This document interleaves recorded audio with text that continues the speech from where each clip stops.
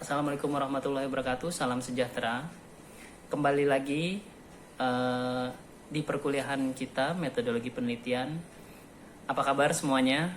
Semoga kita dalam keadaan sehat walafiat dan semoga kita selalu diberikan kekuatan dalam menghadapi wabah COVID-19 ini. Kali ini kita akan melakukan perkuliahan dengan menggunakan video, karena beberapa kali perkuliahan yang kita jalankan menggunakan Google Classroom dan hanya memberikan materi tanpa ada penjelasan khusus dari saya. Kali ini saya ingin memberikan materi metode penelitian kuantitatif, yaitu teknik penelitian survei. Karena nanti ada beberapa teknik penelitian kuantitatif, ada eksperimen, ex post facto, dan survei. Teknik penelitian survei ini, ya, pengertiannya yaitu merupakan salah satu dari metode ilmiah yang memang cukup baru gitu digunakan, karena survei digunakan untuk keperluan militer awalnya. Lalu seiring perkembangan zaman, survei ini banyak digunakan untuk pengambilan kebijakan pemerintah. Penelitian ini berkembang dari abad ke-20, yaitu pada masa perkembangan teknologi 3.0 dan teknologi mesin uap. Penelitian survei dipandang sebagai salah satu cabang penelitian dalam ilmu sosial. Jadi penelitian survei memang digunakan untuk keperluan masyarakat secara global, karena nanti ada yang namanya data normalitas di dalam penelitian survei. Menurut etimologinya, survei berasal dari bahasa Latin, ya, terdiri dari suku kata sur yang merupakan turunan kata Latin yang berarti super atau di atas atau melampaui. Sedangkan suku kata vei berasal dari bahasa Latin juga, videre, yang berarti melihat. Jadi kata survei berarti melihat di atas atau melampaui. Ini menurut Lady 1980 dalam Irwan Suharto tahun 2000. Lalu definisi selanjutnya yaitu Margono menjelaskan bahwa metode penelitian survei adalah pengamatan penyelidikan yang kritis untuk mendapatkan keterangan yang memang baik terhadap satu persoalan tertentu dan di dalam satu daerah tertentu. Jadi penelitian survei memang untuk memberikan keterangan suatu tempat atau suatu gambaran demografi di suatu daerah. Penelitian survei pada umumnya bertujuan untuk mencapai generalisasi, yaitu yang tadi saya ungkapkan bahwa penelitian ini untuk melihat data normal dari sebagian populasi yang bisa nanti kita ambil, dan sebagian lain untuk membuat prediksi. Jadi untuk membuat generalisasi dan membuat prediksi. Nanti kalau prediksi kita akan masuk ke dalam regresi.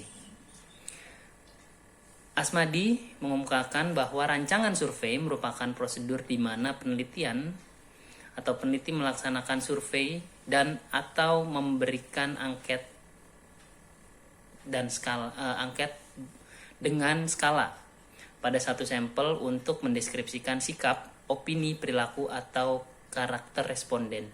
Dari hasil survei ini, ya, hasil survei peneliti membuat klaim tentang kecenderungan yang ada di dalam populasi. Jadi penelitian survei memang diperuntukkan untuk mengambil sikap, opini, perilaku atau karakteristik responden. Misalkan opini masyarakat terhadap pemerintahan di satu desa, atau sikap masyarakat terhadap wabah COVID-19. Ini survei yang memang digunakan untuk hal-hal pengambilan data dari populasi, gambaran dari populasi. Dari beberapa pendapat yang tadi, yang disimpulkan bahwa penelitian survei adalah salah satu metode penelitian yang umumnya mengkaji populasi yang besar. Jadi populasi yang besar dengan menggunakan sampel populasi yang bertujuan untuk membuat deskripsi, generalisasi atau prediksi tentang opini, perilaku, dan membuat karakteristik yang ada dalam populasi tersebut. Jadi memang penelitian survei ini digunakan untuk mengambil karakteristik atau mengetahui karakteristik dari satu populasi. Nanti yang ditekankan di dalam penelitian survei ini adalah teknik pengambilan sampelnya. Bagaimana teknik pengambilan sampel dari populasi? Lalu tujuan penelitian survei. Penelitian survei diklasifikasikan menurut Suartono terdapat 2 tujuan. Yang pertama bertujuan untuk memberikan gambaran atau penjelasan tentang sesuatu. Yang kedua bertujuan untuk melakukan analisis. Jadi memang tadi dari penelitian survei ini diperuntukkan untuk melihat gambaran dari populasi sehingga dapat menjelaskan satu generalisasi dari populasi tersebut yang bertujuan juga untuk menganalisis. Ya, bisa dianalisis, mungkin nanti bisa kita ambil satu prediksi dari variabel-variabel yang akan terkait di dalam penelitian survei. Selanjutnya, penelitian survei bertujuan untuk memberikan gambaran atau penjelasan tentang sesuatu. Di sini, survei dapat dilakukan dengan tujuan semata-mata untuk memberikan gambaran tentang sesuatu. Semacam disebut sebagai survei deskriptif. Jadi, tujuan utama dari penelitian survei selain untuk memberikan generalisasi, yaitu untuk memberikan data deskriptif, gambaran demografi suatu populasi. Survei deskriptif berkaitan dengan situasi yang memerlukan teknik pengumpulan data tertentu seperti wawancara, angket, atau observasi. Apabila survei deskriptif ini menggunakan teknik statistik, maka statistik yang digunakan adalah statistik deskriptif, tendensi sentral, ukuran penyebaran, atau ukuran korelasi. Jadi survei deskriptif yang biasanya untuk memberikan data-data seperti data rata-rata populasi atau juga memberikan data tentang simpangan baku dari populasi tersebut dan homogenitas dari populasi. Itu adalah data yang akan digambarkan dalam survei deskriptif. Selanjutnya, survei bertujuan untuk melakukan analisis. Dalam survei analitik biasanya memerlukan data kuantitatif. Maksud metode analitik untuk menarik kesimpulan, menafsirkan pengujian hipotesis. Statistik yang digunakan adalah statistik inferensial. Jadi, selain untuk menggambarkan deskriptif di dalam penelitian survei, yaitu statistik deskriptif yang bisa digunakan, ternyata penelitian survei juga dapat dilakukan dengan menggunakan pengujian hipotesis. Nanti tergantung banyaknya variabel yang akan diambil di dalam penelitian survei tersebut. Misalkan ada 2 atau 3 variabel tentang sikap masyarakat terhadap kebijakan pemerintah, terus tentang sikap masyarakat terhadap kebijakan A, kebijakan B, kebijakan C, itu bisa kita analisis menggunakan hipotesis. Lalu statistik yang digunakan bisa menggunakan statistik inferensial, artinya karena penelitian survei ini memiliki data yang bisa dikatakan banyak, jadi kita bisa menggeneralisir dengan menekan pada sampel dan populasi menggunakan inferensial, tentunya dengan kaidah-kaidah atau analisis klasik yang melatar belakangi dari statistik inferensial dalam penelitian survei. Lalu jenis penelitian survei. Menurut Irwan Suartono, terdapat beberapa jenis penelitian survei. Yang pertama, sampel survei. Sampel survei yang dilakukan pada sebagian besar populasi atau sampel. Lalu ada sensus. Sensus survei yang dilakukan pada seluruh anggota populasi.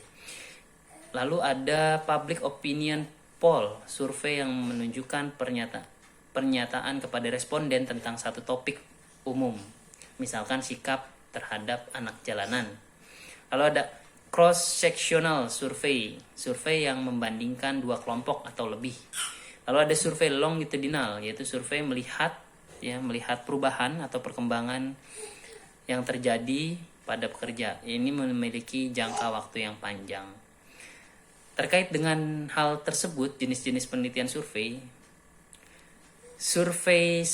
sampel survei yang biasa kita dapat lakukan, ya, yaitu kalau peneliti dosen atau mahasiswa bisa melakukan sampel survei.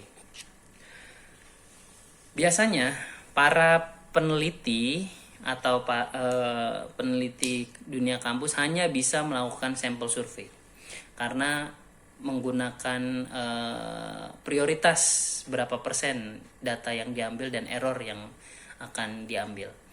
Kalau sensus hanya bisa dilakukan oleh otoritas pemerintah atau negara, karena yang dilakukan adalah seluruh populasi. Sensus biasanya dilakukan suatu negara untuk melihat seberapa besar penduduk satu negara tersebut. Misalkan pemerintah Indonesia melakukan sensus pada tahun 2020 bahwa masyarakat Indonesia terdapat 260 juta lebih setelah diambil data sensus.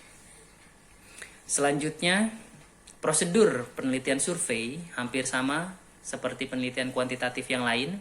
Yang pertama adalah merumuskan masalah penelitian dan menentukan tujuan survei. Yang kedua, menentukan konsep dan desain penelitian. Yang ketiga, mengambil sampel. Yang keempat, membuat kuesioner dan instrumen-instrumen. Yang kelima adalah pekerjaan lapangan, termasuk pemilihan, melatih pewawancara. Yang keenam, pengumpulan dan pengolahan data. Yang ketujuh adalah analisis pelaporan. Prosedur penelitian survei yang biasanya kita sudah pelajari, yaitu merumuskan masalah, hampir sama seperti melihat atau mengidentifikasi masalah di dalam satu capaian konsep. Jadi sebelum kita melakukan penelitian, ya kita harus mengetahui permasalahan apa dan variabel-variabel apa yang akan kita angkat. Sehingga kita dapat menentukan atau merumuskan satu permasalahan dengan membuat satu konsep pertanyaan atau nanti membuat satu konsep hipotesis. Lalu nanti ada menentukan konsep dan desain penelitian. Apakah konsep ini terdiri dari definisi variabel. Jadi variabel yang kita sudah tentukan, misalkan variabel sikap terhadap perekonomian, sikap masyarakat terhadap kebijakan ekonomi misalkan. Maka konsep tersebut adalah definisi konstruk dari variabel yang bisa digunakan. Variabel yang digunakan tersebut berdasarkan konsep tidak hanya deskriptif atau penjelasan secara gambaran besar satu variabel, tetapi masuk kepada gambaran secara aplikatif, ciri-ciri dari variabel tersebut, sehingga nanti kita dapat membuat kuesioner dan instrumen untuk mengukur variabel yang akan kita gunakan dalam penelitian survei. Selanjutnya, menentukan masalah penelitian di dalam survei. Setiap penelitian diawali dari adanya masalah. Ini yang saya tekankan karena UTS kemarin banyak yang saya lihat belum menemukan masalah di dalam latar belakang. Jadi masalah penelitian adalah konseptualisasi pemakaian konsep atas sebuah fenomena atau gejala sosial yang akan diteliti. Itu berarti tidak semua masalah dapat dikatakan sebagai masalah penelitian. Jadi masalah yang diangkat adalah terkait dengan konsep dari variabel yang akan diangkat. Lalu apakah perbedaan antara masalah dan masalah penelitian? Masalah adalah gejala atau fenomena khusus yang terjadi dalam kehidupan sehari-hari. Masalah penelitian adalah konseptualisasi terhadap masalah sosial atau masalah yang ada di dalam satu variabel. Ada peran teori dalam masalah penelitian di dalam penelitian survei ini. Apakah setiap masalah sosial dapat dijadikan masalah penelitian? Jawabannya tidak selalu. Tetapi satu masalah sosial dapat dijadikan lebih dari satu masalah penelitian. Misalkan di dalam administrasi bisnis terdapat satu kebijakan di perusahaan yang mengharuskan karyawan untuk bekerja di rumah. Nah, dari satu masalah tersebut kita bisa mengambil banyak variabel. Misalkan variabel tentang waktu atau variabel tentang bagaimana manajemen setiap individu dalam melaksanakan tugas yang ada di kantor yang dipindahkan ke rumah. Jadi masalah-masalah tersebut bisa ditarik sebagai variabel. Lantas bagaimana mengubah masalah sosial atau masalah penelitian menjadi satu masalah penelitian, masalah sosial? Trik mengubah masalah dan masalah penelitian. Yang pertama adalah hubungkan masalah sosial dengan konsep teori. Yang kedua, kaitkan dengan metode penelitian yang dipakai. Apakah itu metodenya kuantitatif atau kualitatif. Yang ketiga, menghubungkan dengan paradigma penelitian yang dipergunakan. Yang keempat, rumuskan dalam kalimat tanya. Di sini yang ditekankan, masalah yang akan kita angkat di dalam sebuah penelitian dapat kita rumuskan dalam kalimat tanya. Artinya, masalah di dalam konsep penelitian bisa atau ada teorinya. Misalkan masalah tentang manajemen bisnis, kita punya banyak teori yang menerangkan hal tersebut. Atau masalah tentang SDM, banyak konsep teori yang telah dipaparkan oleh para ahli sehingga kita dapat melakukan penelitian dan membuat alat ukur untuk mengukur variabel tersebut. Lalu menentukan konsep dan desain penelitian. Desain penelitian merupakan konseptualisasi atas sebuah fenomena atau gejala sosial yang akan diturunkan menjadi variabel-variabel penelitian sampai ke tingkat indikator. Yang tadi saya sebutkan bahwa kita memiliki yang namanya variabel, sehingga variabel tersebut sudah ada konsepnya. Misalkan tentang manajemen SDM. Manajemen SDM memiliki beberapa subvariabel yang bisa kita paparkan sebagai konseptualisasi, sehingga nanti akan muncul indikator-indikator. Jadi tidak hanya satu variabel itu tidak hanya digambarkan sebagai definisinya saja, definisi konsepnya saja, tapi nanti akan sebagai definisi aplikatif gitu. Misalkan ciri-ciri jika digambarkan secara sistematis, maka desain penelitian survei tampak hierarki sebagai berikut. Yang pertama adalah teori, konsep variabel, dimensi, indikator, skala pengukuran, dan pertanyaan. Hal tersebut, teori kita contohkan sebagai misalkan satu variabel tentang manajemen tentang manajemen administratif misalkan. Di manajemen administratif memiliki banyak teori, banyak variabel. Dari teori tersebut nanti kita konsepkan seperti apa. Konsep ini terkait dengan deskripsi dari manajemen administratif tersebut. Manajemen administratif adalah misalkan suatu sistem yang digunakan untuk memperbaiki suatu sistem yang digunakan untuk menjalankan roda organisasi misalkan seperti itu. Itu adalah konsep. Lalu dari konsep tersebut nanti akan muncul yang namanya variabel, yaitu variabel tadi yang disebut sebagai manajemen administrasi. Lalu dari manajemen administrasi tersebut nanti akan muncul yang namanya dimensi.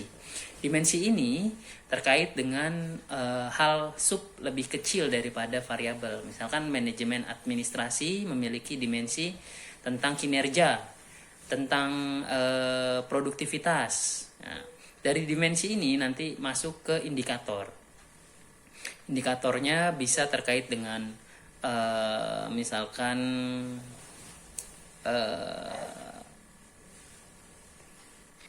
indikator di dalam manajemen administrasi, misalkan ciri-cirinya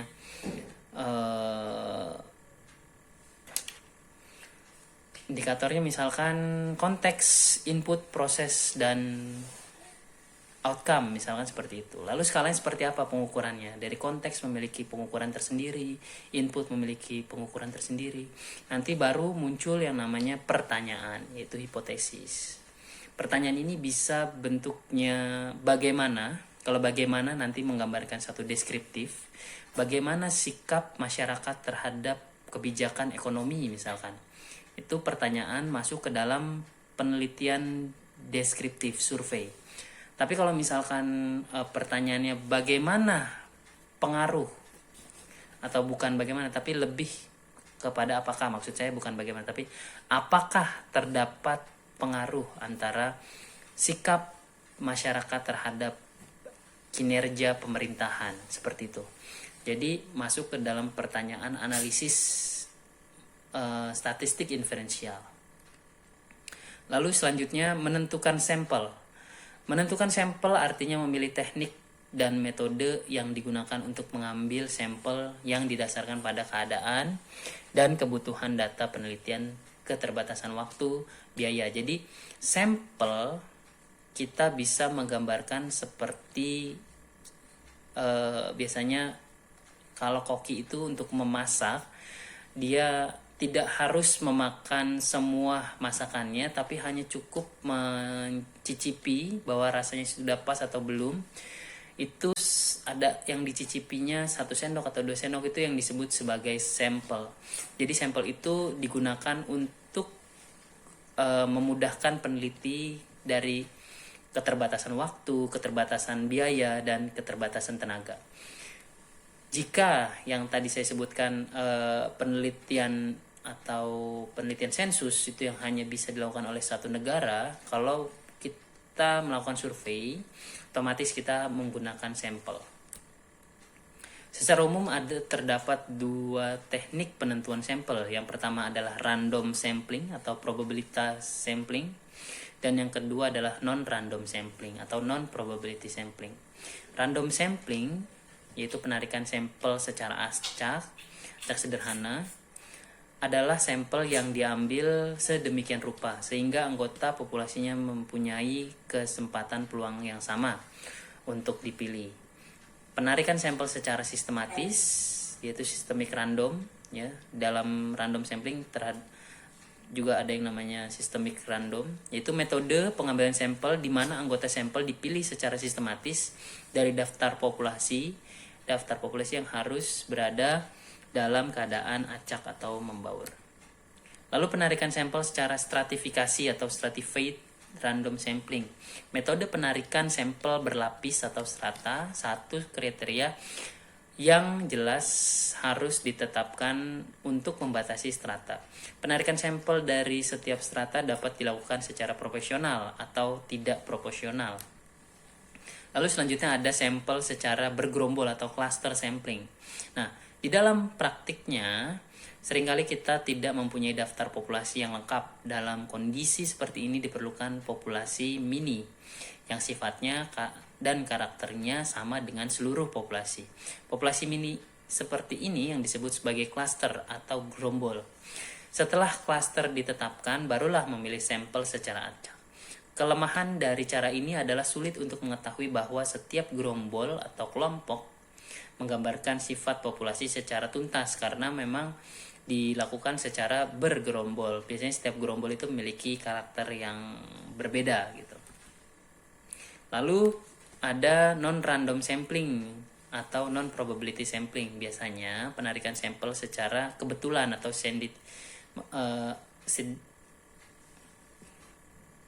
selanjutnya penarikan sampel secara kebetulan atau accidental sampling, peneliti dapat memilih orang atau responden yang terdekat atau dengan pertama kali dijumpainya dan seterusnya. Penarikan sampel secara sengaja atau purposive sampling.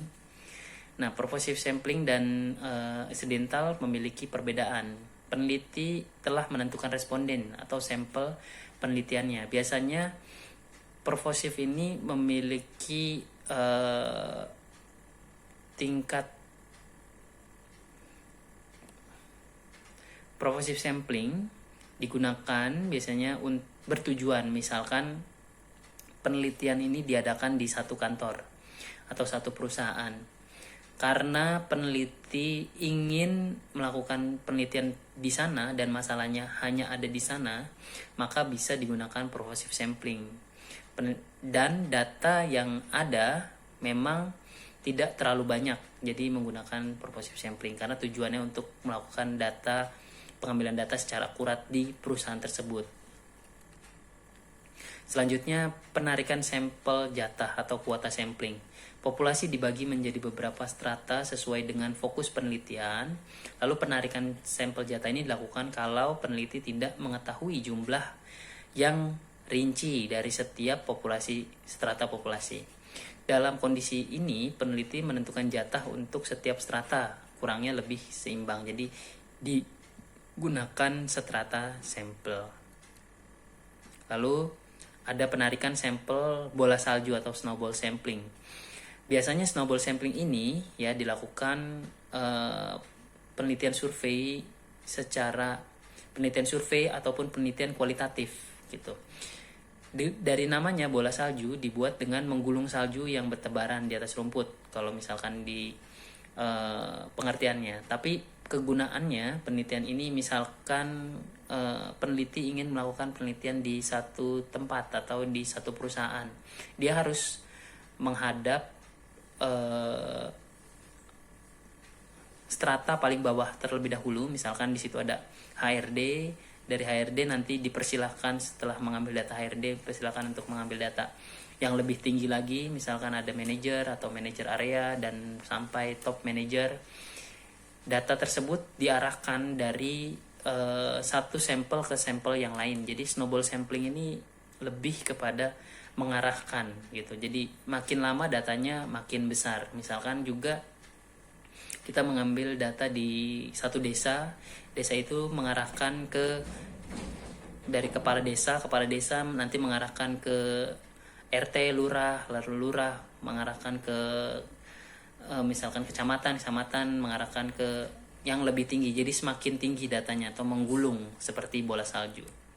Selanjutnya ada sample error, tingkat kesalahan yang ditingkatkan, ya tingkat kepercayaan.